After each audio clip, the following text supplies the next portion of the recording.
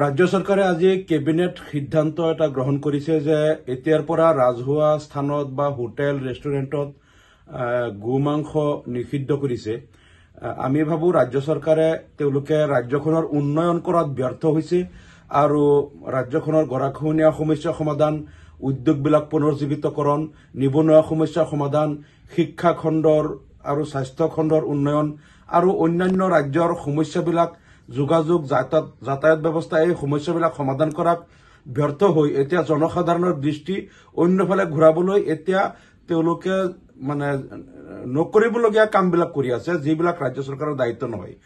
এই চৰকাৰখন অহাৰ পিছৰ পৰা আমি দেখিছো কোনে কি খাব, কোনে কি পিন্ধিব, কোনে বিয়া পাতিব নে নাপাতিব, কোনে ল'ৰা ছোৱালী জন্ম দিব নিদিব, এইবিলাক ঘৰুৱা কামত তেওঁলোকে হাত দিছে আৰু এইবিলাক কৰি তেওঁলোকে নিজৰ কীৰ্তি জাহিৰ কৰিব বিচাৰিছে। আৰু যেতিয়া দেখিছে আমি একো কামেই কৰিব পৰা নাই আৰু অহা নিৰ্বাচনত কি লৈ ৰাইজৰ ওচৰত যাম, তাৰ পিছত তেওঁলোকে বিভিন্ন ঠাইৰ নাম পৰিৱৰ্তন কৰি কৰিমগঞ্জৰ ঠাইত শ্ৰীভূমি বা এনেকৈ নাম পৰিৱৰ্তন কৰি দেখুৱাই আছে যে আমি কিবা কাম কৰি আছো। আৰু এতিয়া তেওঁলোকে আকৌ ৰাজহুৱা স্থানত গোমাংস নিষিদ্ধ কৰাৰ এখন সিদ্ধান্ত গ্ৰহণ কৰিছে।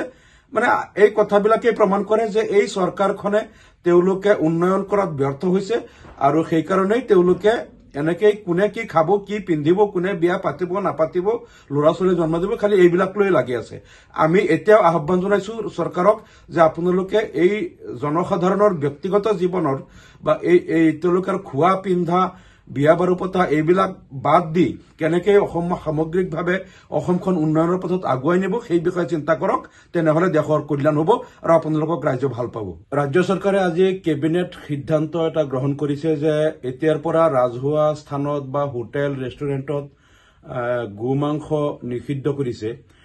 আমি ভাবো ৰাজ্য চৰকাৰে তেওঁলোকে ৰাজ্যখনৰ উন্নয়ন কৰাত ব্যৰ্থ হৈছে আৰু ৰাজ্যখনৰ গৰাখহনীয়া সমস্যা সমাধান, উদ্যোগবিলাক পুনৰুজ্জীৱিতকৰণ, নিবনুৱা সমস্যা সমাধান, শিক্ষা খণ্ডৰ আৰু স্বাস্থ্য খণ্ডৰ উন্নয়ন আৰু অন্যান্য ৰাজ্যৰ সমস্যাবিলাক যোগাযোগ যাতায়াত ব্যৱস্থা এই সমস্যাবিলাক সমাধান কৰাত ব্যৰ্থ হৈ এতিয়া জনসাধাৰণৰ দৃষ্টি অন্যফালে ঘূৰাবলৈ এতিয়া তেওঁলোকে নকৰিবলগীয়া কামবিলাক কৰি আছে, যিবিলাক ৰাজ্য চৰকাৰৰ দায়িত্ব নহয়। এই চৰকাৰখন অহাৰ পিছৰ পৰা আমি দেখিছো কোনে কি খাব, কোনে কি পিন্ধিব, কোনে বিয়া পাতিব নে নাপাতিব, কোনে ল'ৰা ছোৱালী জন্ম দিব নিদিব, এইবিলাক ঘৰুৱা কামত তেওঁলোকে হাত দিছে আৰু এইবিলাক কৰি তেওঁলোকে নিজৰ কীৰ্তি জাহিৰ কৰিব বিচাৰিছে। আৰু যেতিয়া দেখিছে আমি একো কামেই কৰিব পৰা নাই আৰু অহা নিৰ্বাচনত কি লৈ ৰাইজৰ ওচৰত যাম, তাৰ পিছত তেওঁলোকে বিভিন্ন ঠাইৰ নাম পৰিৱৰ্তন কৰি কৰিমগঞ্জৰ ঠাইত শ্ৰীভূমি বা এনেকৈ নাম পৰিৱৰ্তন কৰি দেখুৱাই আছে যে আমি কিবা কাম কৰি আছো। আৰু এতিয়া তেওঁলোকে আকৌ ৰাজহুৱা স্থানত গোমাংস নিষিদ্ধ কৰাৰ এখন সিদ্ধান্ত গ্ৰহণ কৰিছে।